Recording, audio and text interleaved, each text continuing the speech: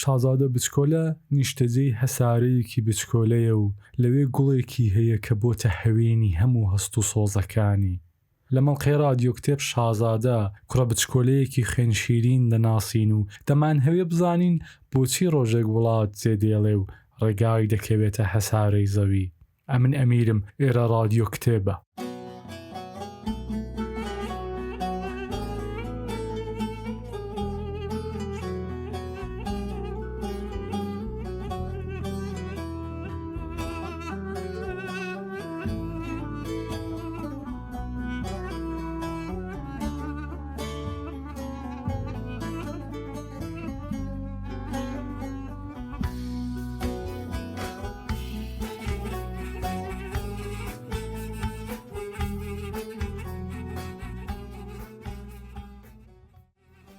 سلااو ڕێز، بەخێر هاتن بۆ ئەڵقەیەکی نوێی رادیۆ کتێب.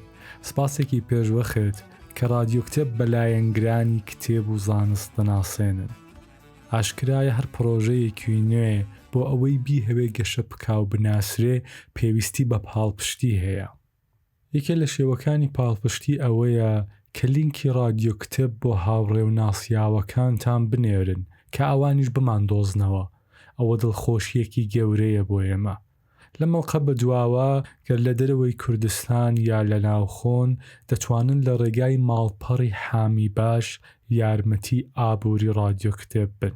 حامی باش بە مانای پاڵپشتیم بکە ماڵپەڕێکی بە زمانی فارسیە.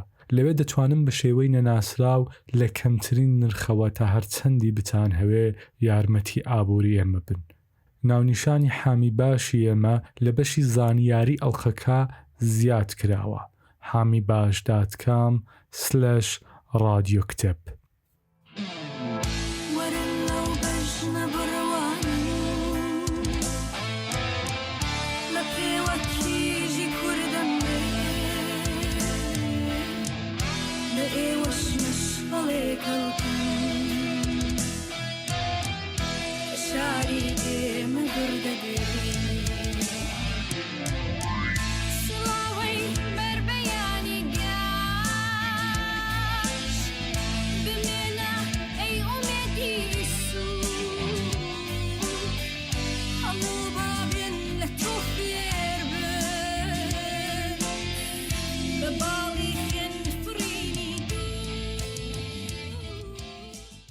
بە باڵی خوێن فرینی دوور.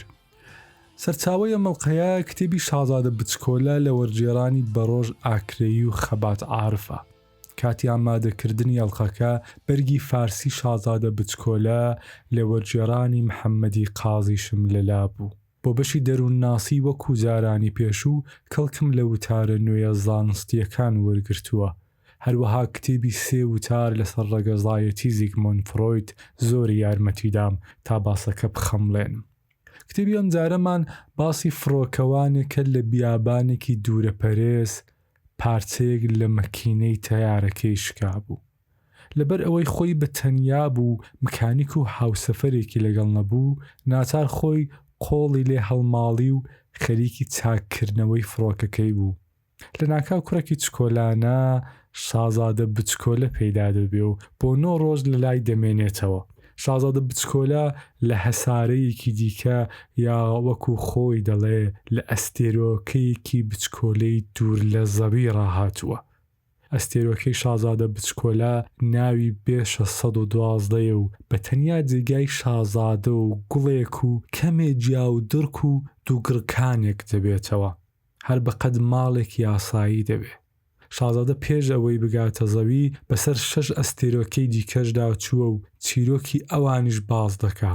چیرۆکی دانیشتوانی هەسارەکانی دیکەش وەکو چیرۆکی خۆی سەرنجڕاکێشە کە ئێستا باسییان دەکەین. Once, when I was 6 years old, I saw a magnificent picture in a book called True Stories from Nature about the primeval forest. It was a picture of a boa constrictor in the act of swallowing an animal. In the book it said, boa constrictors swallow their prey whole without chewing it. After that, they are not able to move and they sleep through the 6 months that they need for digestion. I pondered deeply then over the adventures of the jungle. And after some work with a colored pencil, I succeeded in making my first drawing, my drawing number 1. I showed my masterpiece to the grown-ups and asked them whether the drawing frightened them. But they answered, "Frightened? Why should anyone be frightened by a hat?" My drawing was not the picture of a hat. It was a picture of a boa constrictor digesting an elephant.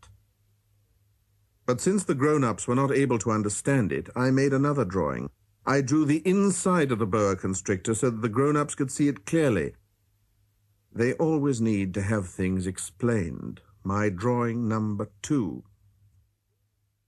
The grown-ups' response this time was to advise... لە ئەستێرەی یەکەم پاشایەک دەژیا. پاشایەکی سەیر و سەمەرەی بێڕایەت کە تەنیا خۆی نیشتەجێی ئەو ئەستێرەیە بوو. شازادە بچکۆلە لای سیر بوو، ئاخر پاشا حکمڕانی بەسەر چیدا دەکرد. پاشا فەرمان دەدا بەڵام چێیە کە جێبەجێ بکە.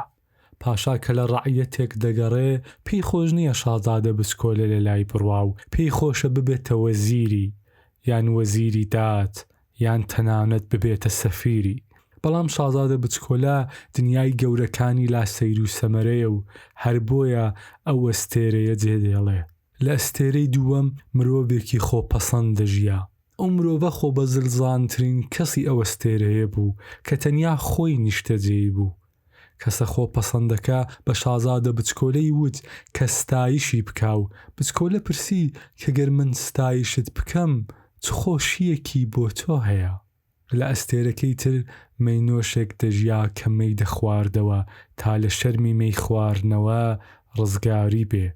ئەو دیدارە شازادەی تووشی غەمێکی قوڵ کرد. ئەستێرەی چوارەم ئەستێرەی بازرگانێک بوو. ئەم کابرایە هێندە سەرقاڵ بوو کە تەنانەت بە هاتنی شازادە بچکۆلەشی نەزانی و سەری هەڵنەبڕی.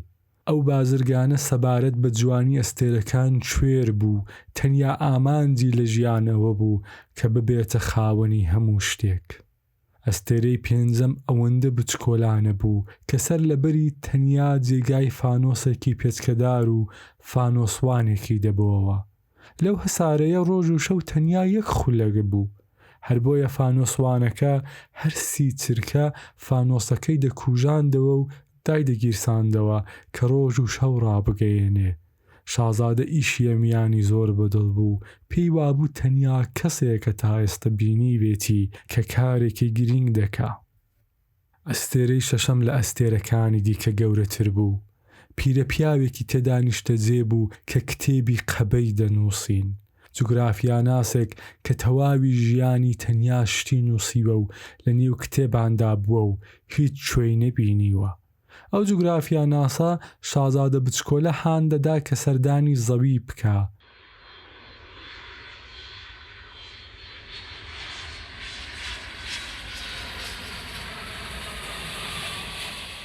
شازادە بچکۆلە کە پێی نایە سەرزەوی و هیچ بوونەوەرێکی نەبینی حەبەسا تا چاوی بە مارێک کەوت. مار لە شازادەی پرسی لێرە چ دەکەی؟ شازادە کوتی لە هەسارەکەی خۆم نێوانم لەگەڵ گوڵێک تێک چووە. مار بەزەیی بە شازادەدا دێتەوە و پێی دەڵێ هەر کاتێویستت بگەڕێیتەوە هەسارەی خۆت ئەوە من یارمەتیت دەکەم. شازادە لە گەشتەکەی سەر زەوی لە نێو گوڵە جاڕێک تووشی ڕێویەک دەبێ. ئێرە سرنج ڕاکێشترین بەشی کتێبەکەیە. شازادە دەڵێ وەرە یاریم لەگەڵ بکە، زۆر بێتاقەتم و ڕێویەکە دەڵێ ناتوانم لەبەر ئەوەی ماڵی نەکراوم. شازادە دەڵێ ماڵی چییە؟ ڕێوی دەڵێ ئەمە هونەرێکە دەمێکە فەرامۆش کراوە. ماڵی بوون یانی خوگرتن بە کەسێکەوە. من بۆ تۆ ڕێویەکم وەکو سەدان هەزار ڕێوی تر، بەڵام ئەگەر ماڵیم بکەیت ئەوسا هەردووکمان پێویستیمان بە یەکتر دەبێ. شازادە بچکۆلە دەڵێ وا بزانم لە هەسارەکەی خۆم گوڵێک هەیە کە منی ماڵی کردووە. ئەو ڕێویە گرنگترین نهێنی ژیان بۆ شازادە ئاشکرا دەکا. لە سەفەری گۆی زەوی شازادە چکۆلە تووشی چەند کەسێکی تریش دەبێ کە ئەوانیش چیرۆکی تایبەت بە خۆیان هەیە. لە دواییدا شازادە دەگەڕێتەوە بۆ لای مارەکە کە بەڵێنی پێدا بوو یارمەتی دەکا تا بگەڕێتەوە هەسارەی خۆی تا خزمەت بە گوڵەکەی بکە. ئاخر گوڵەکەی ئەوی ماڵی کردبوو. شازادە بچکۆلە لە کۆی سەفەرەکانی و ئەو کەسانەی بینیوێتی باسی تەنیایی، هاوڕێیەتی، خۆشەویستی نیشتیمان، کۆچ، ئەوین و مردن دەژێڕێتەوە بە شێوەیەکی زۆر ساکار کە مناڵەکان تێبگەن و بڕوانینێک کە گەورەکان پێی سەرسام بن. تکایە بیسەری بەشی سەرەتایی شازادە بچکۆلە بن. ئەو وەرجێڕانە لەلایەن سەلاحی بایزیدی بۆ کوردی سۆرانی وەرجێڕدراوە. خاتو شەهلادە باغی لەسەری یوتیوب بە دەنگی خۆی بڵاوی کردوێتەوە.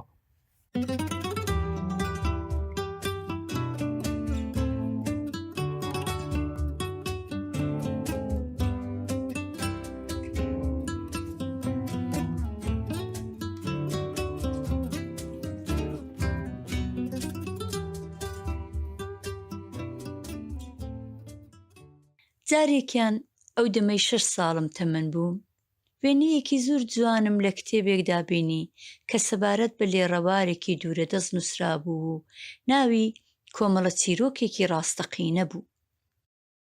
دیمەنی مارێکی بووە کە گیان لەبەرێکی دادە قورتاند. لە کتێبەکەدا نووسرا بوو ماری بووە نیچیرەکانیان بە ساغی هەڵدەلووشن بێ ئەوەی بیجوون، پاشان ناتوانن لە جێگەی خۆیان بجوڵێنەوە و ماوەی ئەو 6 مانگەی خواردنەکەیان هەرەز دەبێ پەپکە دەبەستن. ئینجا لەسەر ڕووداوەکانی لێڕەوار زۆرم بیر کردەوە و دوجار توانیم بە قەڵەمێکی ڕەنگی یەکەمین وێنەم بکێشمەوە. شاکارەکەم نیشانی مرۆوە گەورەکاندا و لێم پرسی ناخۆ وێنەکەم دەیان ترسێنێ؟ وەڵامیان دامەوە کڵاوێک بۆ دەبێت ترسێنەر بێ؟ وێنەکەی من کڵاوێک نەبوو، مارێکی بووە و خەریکی هەرسکردنی فیلێک بوو. بۆ ئەوەی مرۆوە گەورەکان بتوانن تێبگەن ناوەوەی ماری بووام کێشاوە. ئەوان بەردەوام پێویستیان بە شیکردنەوە هەیە. مرۆوە گەورەکان ڕایان سپاردم واز لە کێشانەوەی ماری بووای کراوە و داخراو بێنم و زیاتر سرنج بدەمە جوغرافیا، مێژوو، بیرکاری و ڕێزمان. بەم جۆرە بوو کە لە تەمەنی 6 ساڵیدا پیشەی بەشکۆی نیگارکێشیم وەلانە.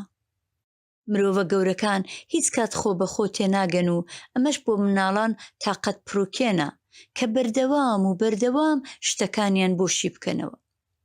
بۆیە ناچار بووم پیشەیەکی تر هەڵبژێرم و فێری فڕۆکەوانی بووم. کەم تا کورتێ بە هەموو شوێنێکی جیهاندا فڕیوم. جوغرافیاش یەکاو و خزمەتی گەورەی پێکردم. لە چاوتروکانێکدا دەتوانم چین و ئاریزۆنا لێکچیا بکەمەوە. جوغرافیا زۆر بەکەڵکە ئەگەر بێت و لە نێو جەرگەی شەودا وێڵ بین. ئەبەم جۆرە بە درێژایی ژیانم لەگەڵ دنیایەک خەڵکی قورس و گران لە پەیوەندی چڕ و پڕدا بووم. لە لای مرۆوە گەورەکان زۆر ژیام، زۆر لە نزیکەوە بینی من، بەڵام ئەمە بەو شێوەیە ئاڵوگۆڕی بەسەر بۆچوونی مندا نەهێنا. هەرکە تووشی یەکێکیان بووبم کە هەستم کرد بێ هێندێک بیرتیژە بە وێنەی ژمارە یەکەمم کە ئێستاش پاراستومە تاقیم کردوتەوە. ویستومە بزانم بەڕاستی سەرەدەری لێ دەکایانە. کەچی بەردەوام وڵامی داومەتەوە ئەمە کڵاوێکە. منیژی تر نەباسی ماری بووان بۆ کردووە، نەباسی دارستانی دوورەدەست و نەباسی ئەستێرەکان. خۆم هێناوەتە ئاستیوی، باسی بریج، گۆڵف، سیاسەت و بۆیەنباخم بۆ کردووە. مرۆوە گەورەکەش شاگەشکە بووە کە پیاوێکی وەها ماقۆڵی ناسیوە. بەم جۆرە من تەنیا ژیام بێ ئەوەی کە کەسێکە بێ لە ناخی دڵمەوە قسەی بۆ بکەم. هەتا 6 ساڵ پێش ئێستا کە لە بیابانی سەحرادا تووشی ڕووداوێک بووم. شتێک لە نێو ماتۆڕی فڕۆکەکەمدا شکا بوو. چونکە نەوەستایەکی میکانیکم لەگەڵ بوو و نەمیسافیرێ، خۆم بە تەنیا قۆڵم لەم کارە ئەستەمە هەڵماڵی و هەوڵمدا چاکی بکەمەوە. بۆ من پرسیمان و نەمان بوو. ئاوی خواردنەوەم بە زەحمەت بەشی 8 ڕۆژی دەکرد. ئێوارەی یەکەم 1000 میل دوور لە هەر چەشنە ئاوەدانیەک لەسەر عەرزەکەی بۆی خەوتم. دابڕاوتر لەو کەسەی کە شتێکەی تێکشکا بێ و لە نێوەڕاستی ئوقیانوسدا لەسەر کەڵەکێک بێ. جا حەپەسانی من بێنە پێش چاو، کاتێک کە لەگەڵ یەکەم گزنگی خۆرەتاو دەنگێکی سەیر و ناسک بە خەبەری هێنام. دەنگەکە دەیگوت: تکایە مەڕێکم بۆ بکێشەوە. ها؟ مەڕێکم بۆ بکێشەوە. بە شێوەیەک لەسەر پێ ڕاچەنیم وەک ئەوەی هەورە تریشقە لێیدا بم. چاوەکانم هەڵگڵۆفین و ورد ڕوانیم. کوڕێکی بچکۆلانەی تا بڵێ سەیر و سەمەرەم بینی کە قوڵ قوڵ تێم ڕاما بوو.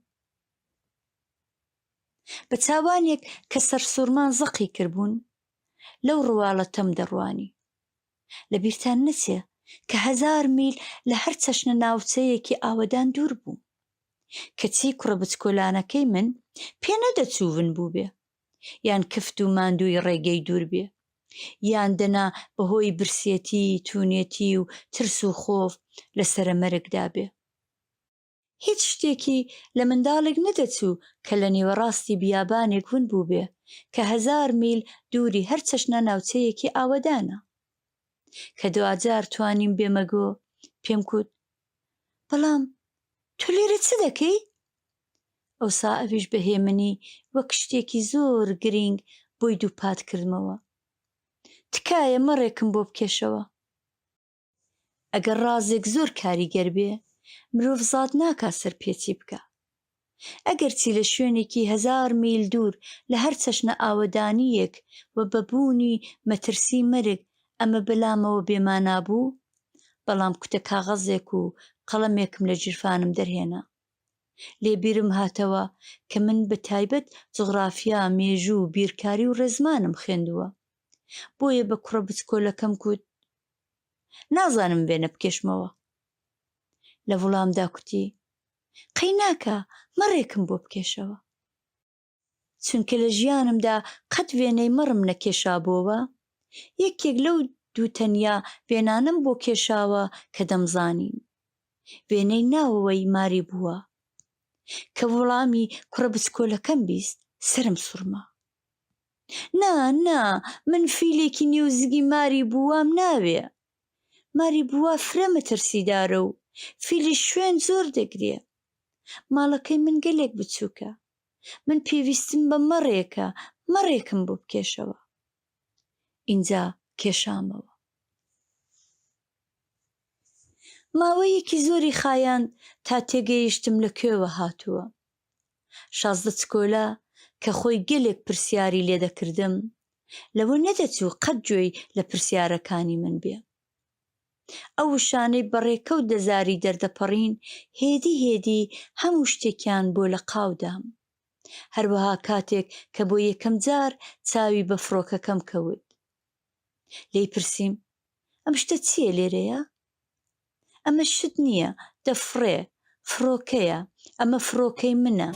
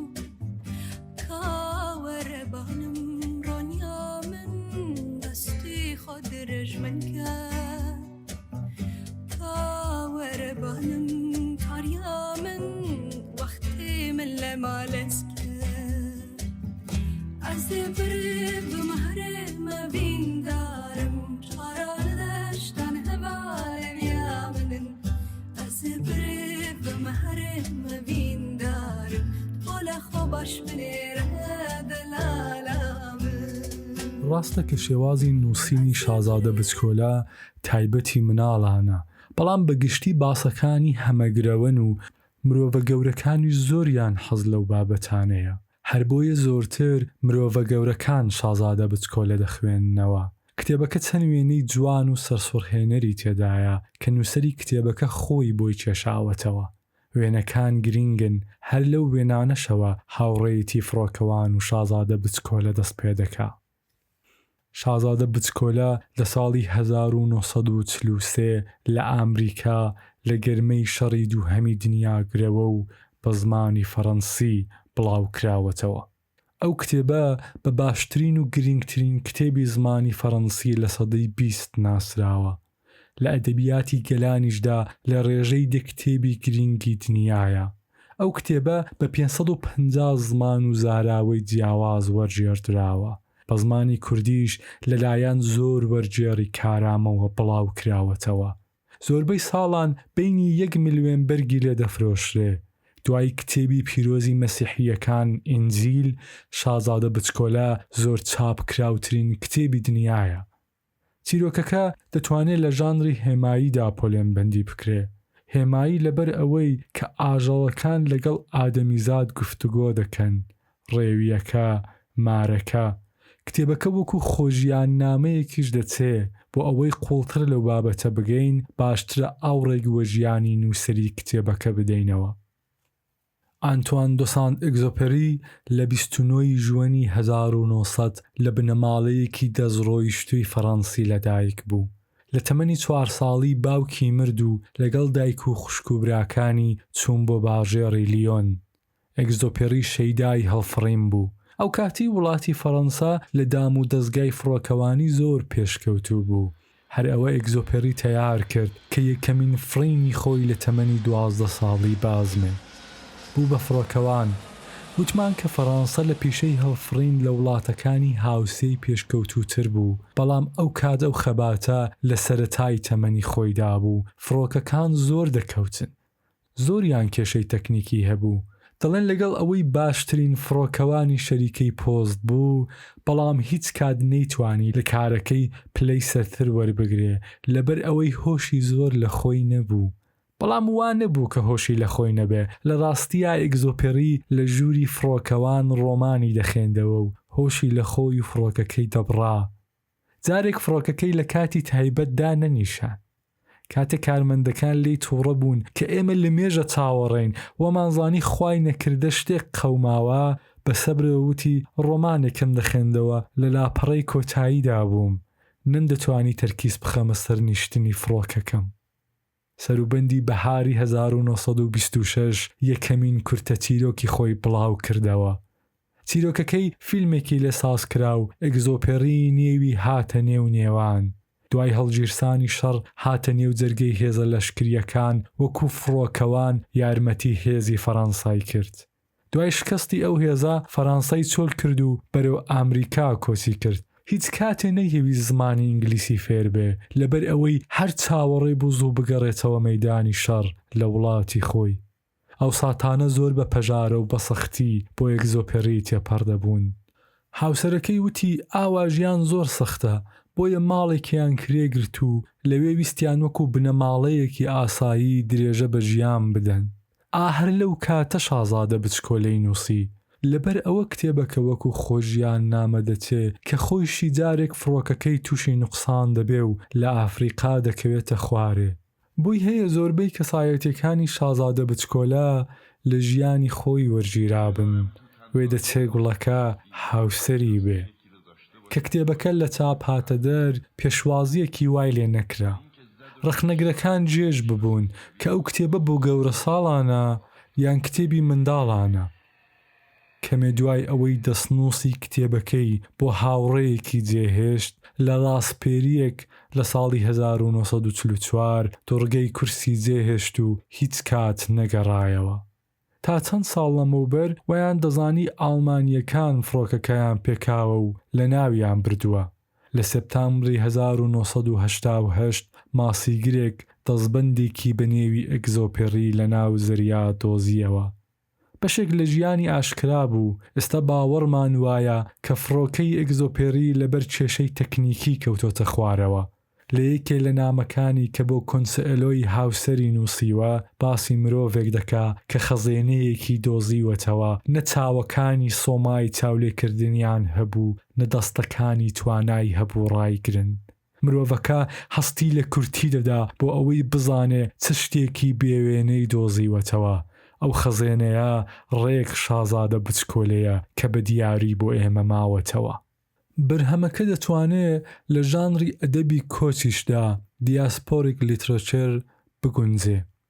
دۆ ساندێکزۆپێری ئەو کات کە کتێبەکەی نووسی وڵاتی خۆی فەڕەنسای جێهێشت بوو لە ئەمریکا دەژیا. باسمان کرد کە فەڕەنسا ئەو کات لە گەرمەی شەڕی دووەمی دنیاگرەوەدا بوو لەلایەن ئەڵمانەکانەوە بەردەوام هێرشی دەکرایە سەر. فەڕەنسیەکان لە دژواریدا ژینیان دەبردەسەر و نان و پێخۆر پەیدا نەدەبوو. شازادە بچکۆلە زۆرتر لەبارەی سەردەمی منداڵیە و کتێبێکە لەبارەی دنیای منداڵی بە جۆرێک ئێمەش لە مناڵی و بەرەو گەورەیی کۆچمان کردووە. وڵاتی خۆمان سەردەمی منداڵیمان جێهێشتووە و بە شێوەیەک هەمومان کۆچبەرین. لە دەستپێکی کتێبەکەدا نووسەر دەڵێ داوای لێبوردن لە مناڵان دەکەم کە ئەم کتێبەم بە گەورەیەک پێشکەش کردووە.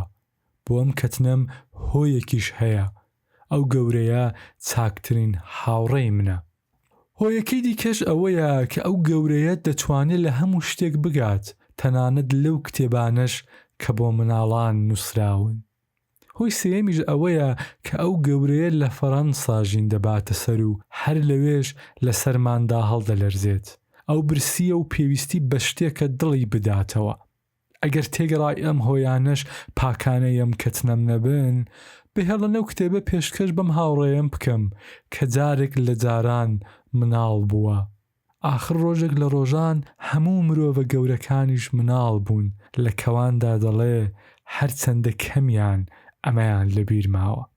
کەواتە منیش پێشکەشکردنەکەم بەو چەشنە دەگۆڕم بۆ لیۆنڤێرس کاتێکە مناڵ بوو. هەر بەو شێوازە کتێبی شازادە بچکۆلە کتێبێکە بۆ منداڵان و ئەو گەورانەی منداڵیان لەبیر نەکردووە.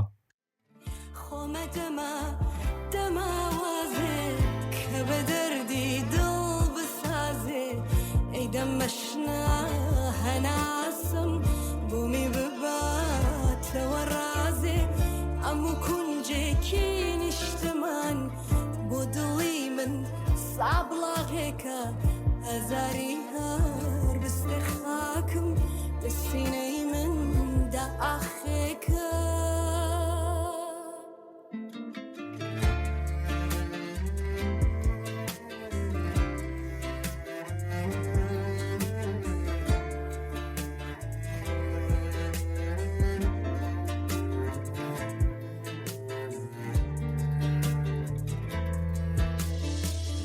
چی کشکو سرای دنیایا چی بخال سرار ما هیچ یا نگن بو کلانا کمنا لیما جما حزکم هنده هاورکم دنگم بگا بتوار ترا بیرتانکم خوشکی شیرین بیرتانکم کاکی برا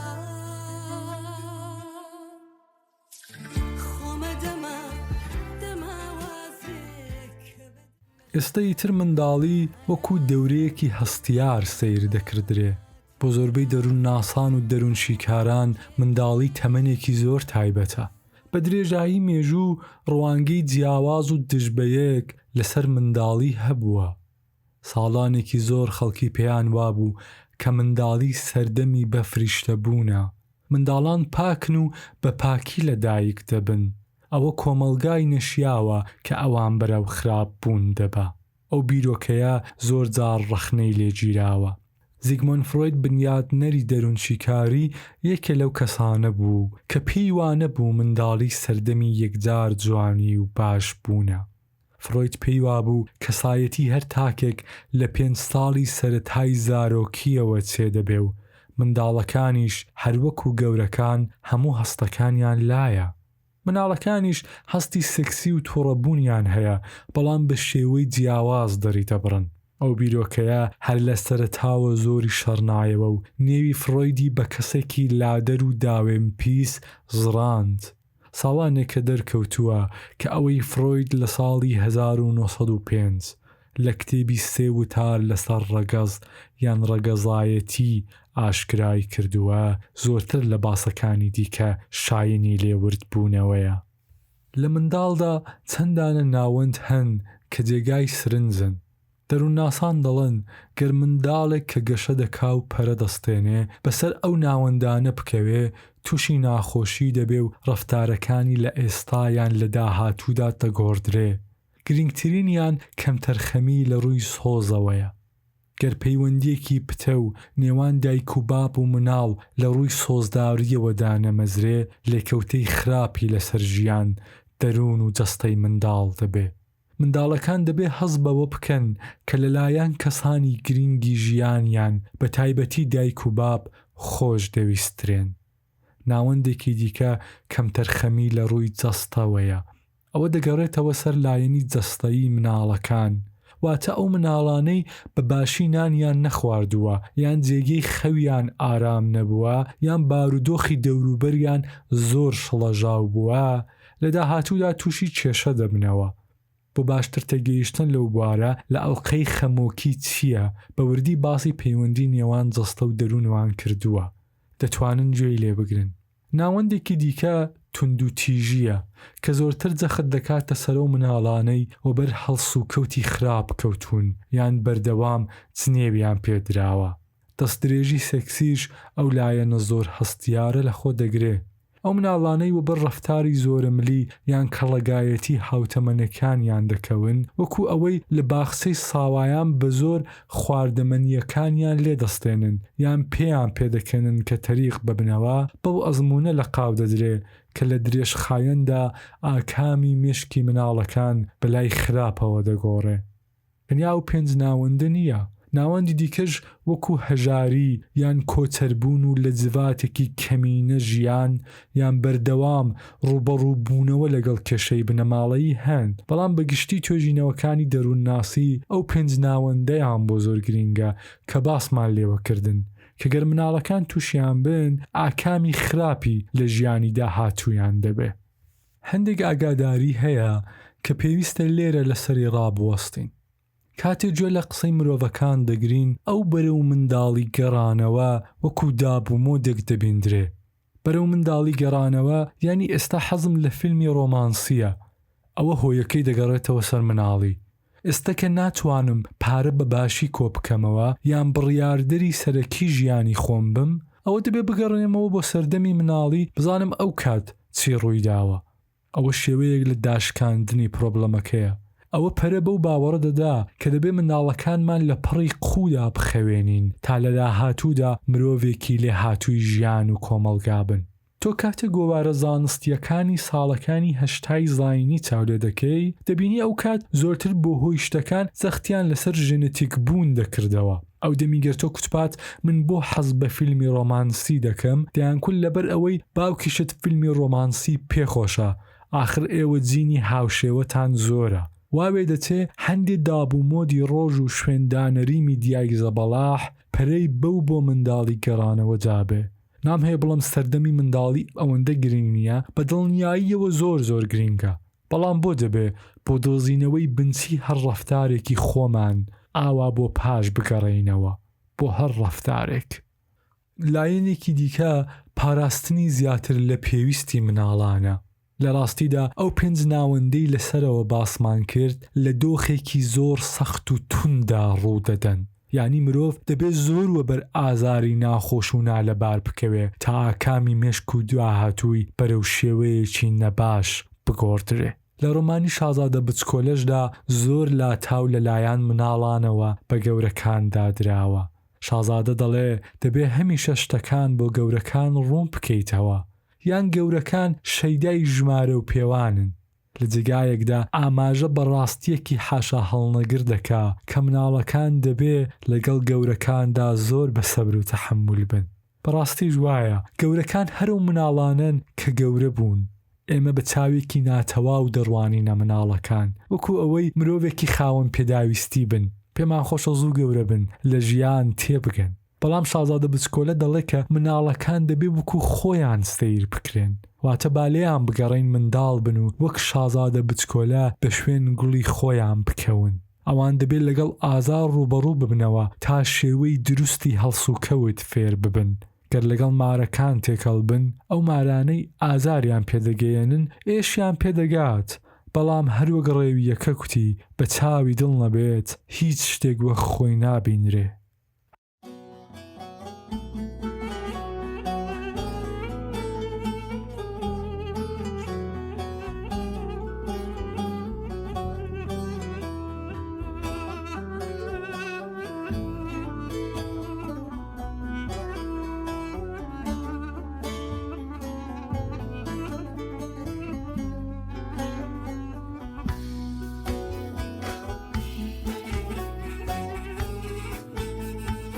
هەروە کۆڵغەکانی پێشوو زۆر سپاستان دەکەم کە تا کۆتایی لەگەڵ رادیۆ کتێبمانەوە. رادیۆ کتێب لە هەموو ئەپەکانی بڵاوکەرەوەی پادکەست، کەست باکس، سپاتیفای، گوگل پادکەست یا یوتیوب بەردەستە. دوای حوتوویەک لە تەلەگرامیش دەتوانن گوێ لە مەڵقە تازەمان بگرن. لە ڕاوبۆچوونی خۆتان سەبارەت بە پادکەستەکە، موزیکەکان یان نیو ئاخنی ئەڵخەکان بێبەشمان نەکەن. من وەکو ئێگزۆپەری داوای لێبوردن ناکەم و ئەو ئەڵقەیە پێشکەش بە هەموو مناڵە چاوگەشەکان دەکەم. هەروەها هەموو مرۆڤانەی ڕابردووی مناڵانەی خۆیان لەبیر نەکردووە، ئەو کەسانەی گەورەیەکی مناڵن. موزیکەکانی ئەو بەشە هەموویان بەرهەمی هونەرمەندی دەنگخۆش فرمێسک حافظ بوون. هیوادارم کە چێژ و لێستاند بێ. ڕۆژ و شەوگارتان خۆش بێ. رادیۆ کتێب ئەمیر 4 ئۆکتۆبری 2024.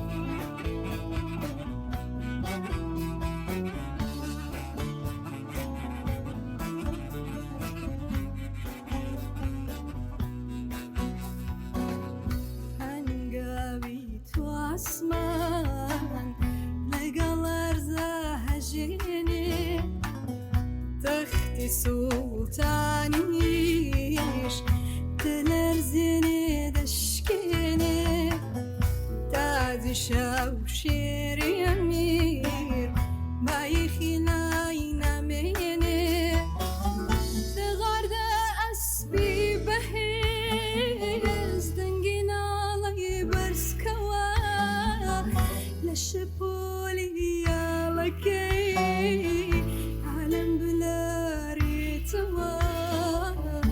عالم بلا ريتوا عالم بلا ريتوا لغرد أسبي بهز دنجنا لي برسكوا لشب